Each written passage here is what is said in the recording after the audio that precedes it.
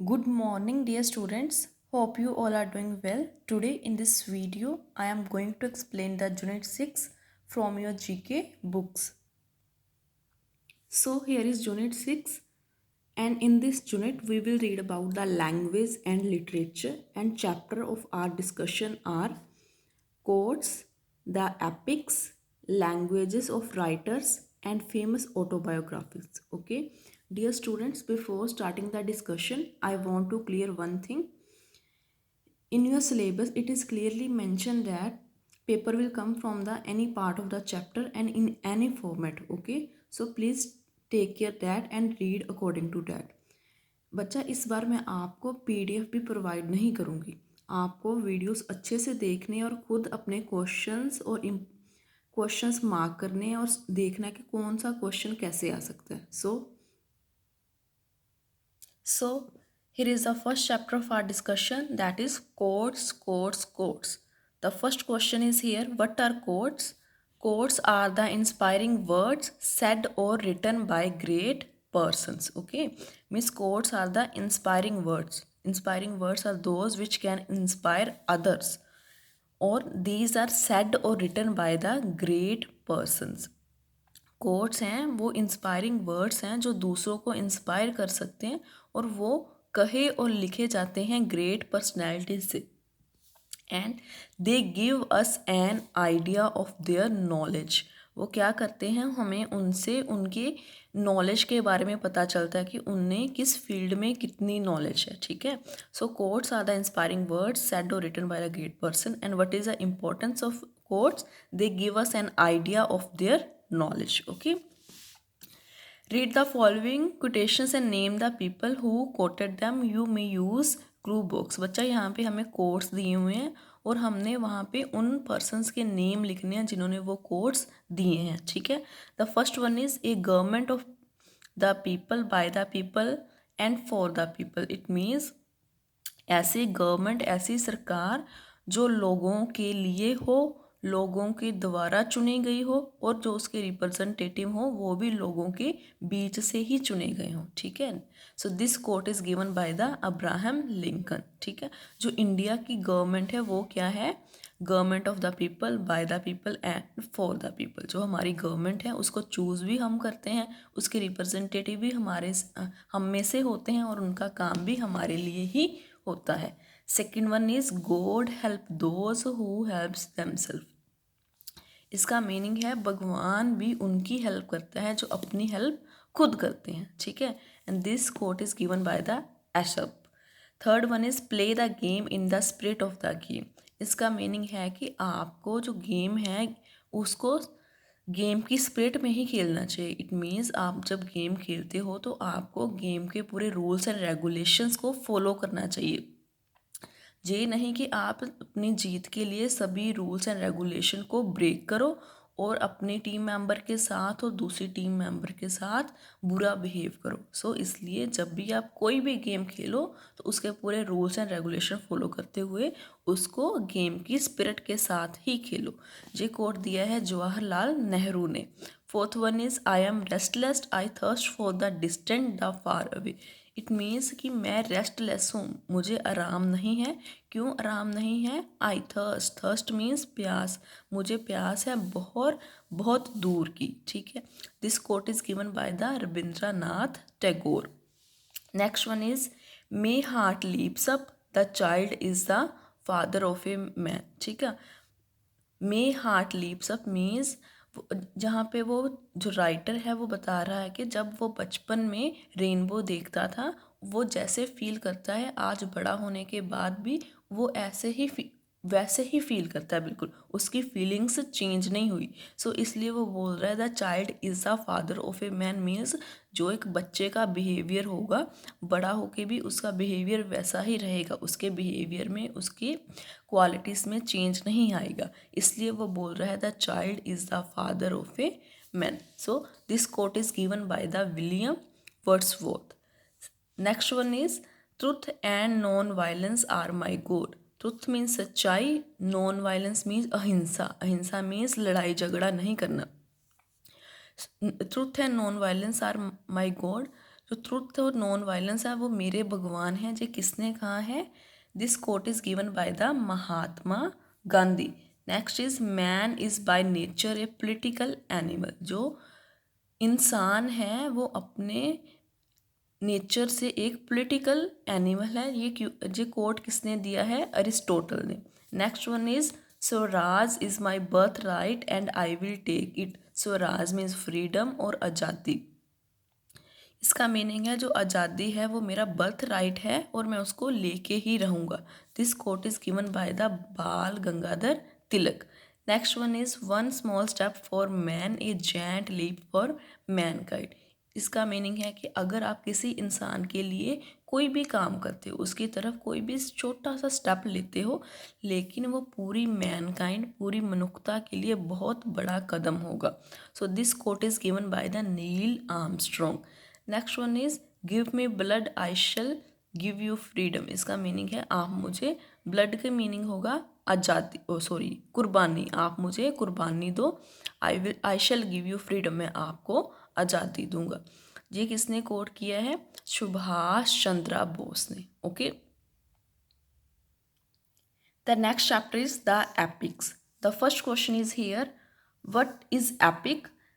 The epic is a long poem about the actions of great men and women or about a nation's history। जो epic है एक long poem है किसी great इंसान, great man की या फिर ग्रेट वुमेन की, जहाँ फिर एपिक होगी long poem about the Nations history, किसी देश की हिस्ट्री के बारे में। सो बच्चा, this is your first question from this chapter. The next one, read the description and name the epic you may use clue box. आपको यहाँ पे डिस्क्रिप्शन दी हुई है एपिक के बारे में, आपको उसको रीड करके बताना है कि उस एपिक का नाम क्या है। ठीक है, so first one is, in this epic John Milton tells the story of Adam and Eve who lived in the garden of Eden. Satan and the serpent are the characters of great importance in the story. So this epic is written by the John Milton and it is a story about the Adam and Eve who live in the Garden of Eden। जो epic है वो किसने लिखा है? John Milton ने। वो story, इसमें story है एडम और ईव की जो रहते हैं ईडन के गार्डन में। सो इस स्टोरी के अंदर सैटन होता है, सैटन मीन्स डेविल, ठीक है, और सरपेंट होगा big snake. Satan and serpent are the characters of great importance in the story. लेकिन एडम और ईव के अलावा इस स्टोरी में सैटन और सरपेंट भी हैं जो इस स्टोरी के इंपॉर्टेंट कैरेक्टर हैं। ठीक है, so the name of the epic is Paradise Lost. The next one is, this is another great epic by Homer from Greece. It tells the story of a great Greek hero Odysseus. The Trojan War was fought between the Greece and Troy. The king of Odysseus ordered to build a huge wooden horse. The Greek soldiers hid in it and sneaked into the Troy. So ये story है Greece की, ठीक है, जिसको किसने लिखा है? Homer ने, राइटर का नाम है होमर। इसमें उसने ग्रीस के एक हीरो की स्टोरी को डिस्क्राइब किया है और उस हीरो का नाम है ओडाइसिस। सो इस स्टोरी में उसने किसका एक्सप्लेनेशन दी है, किसकी डिस्क्रिप्शन दी है? ट्रोजन वॉर की, जो किसके बीच लड़ी गई थी? ग्रीस और ट्रॉय के बीच में। ठीक है, और ग्रीस की तरफ हीरो, ग्रीस का शोल्डर कौन था? ओडाइसिस। उसने क्या कहा? ओडाइसिस ने ऑर्डर दिया कि वो एक बड़ा सारा वुडन का हॉर्स बनाएं और उसके जो जितने भी सैनिक थे सारे उसमें छिप गए। छिपने के बाद स्नीक्ड होता है धीरे से, चोरी से। उस छिपने के बाद उन्होंने क्या किया? उन्होंने अपने हॉर्स को धीरे से ऑपोजिट आर्मी में इन्वॉल्व कर दिया। ठीक है, वो उस हॉर्स की हेल्प से ऑपोजिट आर्मी के सेंटर में चले गए। ठीक है, snaked into the Troy. So the name of the epic is the Odyssey. Next one is, this is the famous Indian epic in the story of King Dasharatha. It is the story of King Dasharatha of Ajodhya and his 4 sons. Lord Rama, the elder son of King Dasharatha, is the hero of Ramayana. Ravana, the king of Lanka, is the anti-hero of this epic. So this जो ये epic India में लिखा गया है। इसकी story में कौन है? किंग, अयोध्या का किंग जिसका नाम है दशरथ, उसके 4 पुत्र हैं। ठीक है, उसके जो फर्स्ट बेटे हैं वो हैं लॉर्ड रामा, वो सबसे बड़े हैं और वहीं इस एपिक के हीरो हैं। ठीक है, एपिक के हीरो हैं और उनके ऑपोजिट कौन है, विलन बोल सकते हो, एंटी हीरो बोल सकते हो, दैट इज रावण। वो कहाँ का राजा है, वो कहाँ का किंग है, इज किंग ऑफ लंका। सो इस एपिक का नाम है the Ramayana. Next one is, it is an ancient epic of Homer, a blind Greek poet. It is the story of Achilles telling about the tell it about telling about his bravery, anger and strong will. He slew the Trojan hero Hector. So इस epic को भी Greek poet Homer ने लिखा है, वो blind है, ठीक है। उस इसमें उसने किसकी स्टोरी को डिस्क्राइब किया है, एक्लिस, ठीक है। एक्लिस की उसने किसको एक्सप्लेन किया है, किसके अबाउट है, किसके बारे में है ये एपिक, एक्लिस की ब्रेवरी के बारे में, एंगर मीन्स उसके गुस्से के बारे में और उसकी स्ट्रॉन्ग विल पावर में। उसने किया था एक्लिस ने, स्ल्यू होता है मार देना, किल कर देना किसी ने, एक्लिस ने ट्रोजन के हीरो को हेक्टर को मार दिया था। सो इस एपिक का नाम है the Iliad. Next one is this is the longest poem ever written. It tells the story of the great Bharat dynasty written by the rishi Ved Vyas. It narrates the story of the great war of Mahabharata which was fought between the Kauravas and the Pandavas. Shrimad Bhagavad Gita is a part of this epic. So ये सबसे longest poem अब तक की लिखी गई हुई सब उसमें से सबसे लॉन्गेस्ट पोइम है और इसमें इस स्टोरी को लिखा है ऋषि वेद व्यास में। इस स्टोरी में किस युद्ध की बात की गई है, महाभारत की, जो कि कौरव और पांडव के बीच लड़ा गया था, ठीक है। इसी एपिक का पार्ट है श्रीमद् भागवत गीता, ठीक है। So the name of the epic is the Mahabharata, okay. So the next chapter is languages of writers. इस चैप्टर में हमने बताना है कि इन सभी राइटर्स की कौन कौन सी लैंग्वेज है। बच्चा आपको पता है कि हमारे वर्ल्ड में काफ़ी सारी लैंग्वेजेस हैं जिसके थ्रू हम अपने जो भी थॉट्स हैं वो एक्सप्रेस कर सकते हैं, ठीक है। लैंग्वेज को हम क्या बोलेंगे, एक language is a system of communication. एक दूसरे के साथ कम्युनिकेट करने के लिए एक सिस्टम है जिसको हम क्या बोलेंगे, लैंग्वेज, ओके। तो first writer is William Shakespeare and his language is English. Premchand, he is a famous Hindi writer, okay. Next is Leo Tolstoy is his language is Russian. Valmiki his language is Sanskrit. Mirza Ghalib, he is a famous Urdu writer. And the next one is Jose Saramago, his language is Portuguese. And next one is Wilhelm von Goethe, his language is German. Rabindranath Tagore, his language is Bengali. You all know he also wrote the national anthem of India. Next one is Subramaniam Bharati. His language is Tamil. And Mahashweta Devi, his language is Oriya. Okay.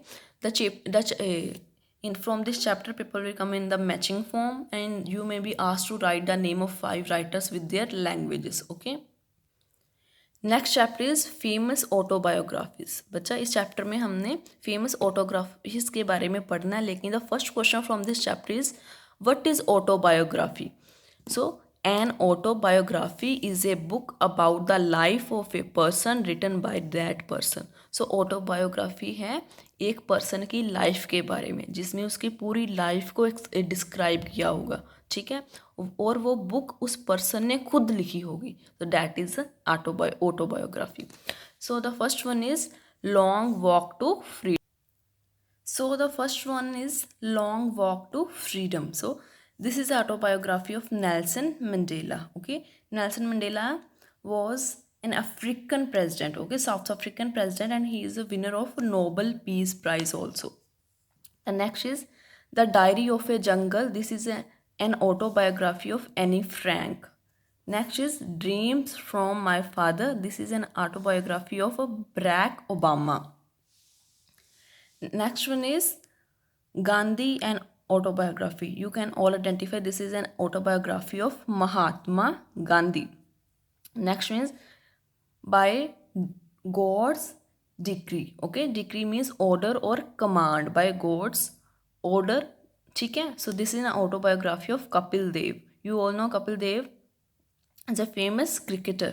Next one is It is an autobiography of Benazir Bhutto. ठीक है, Benazir Bhutto was Pakistani prime minister and she was two-time prime minister of Pakistan. Next one is freedom in exile. Okay, exile means बच्चा freedom in exile. Exile is a condition when a person is forced to live outside from his house और country. ठीक है, exile वो condition है जब किसी इंसान को उसके घर में या फिर उसकी कंट्री में रहने नहीं दिया जाए. ठीक है, सो इस बुक का नाम है freedom in exile. It means this is a autobiography of Dalai Lama. Dalai Lama को तिब्बत में से निकाल दिया गया था. मीन्स उनको वहाँ से एग्जाइल कर दिए गए थे. उसके बाद वो कहाँ पे आए, इंडिया में. ठीक है, अब वो इंडिया में रह रहे हैं. सो उन्होंने इस बुक में तिब्बत और इंडिया को अपनी तिब्बत और इंडिया की लाइफ को एक्सप्लेन किया है, डिस्क्राइब किया है. सो इसलिए उन्होंने अपनी बुक का नाम दिया है freedom in exile. So this is an autobiography of Dalai Lama. Next is Hope Against Hope. Okay, this is an autobiography of Anna Akhmetora. Okay, dear students, with this we have completed the unit 6. I hope this video help you to understand this chapter, this unit better. Take care. Thank you.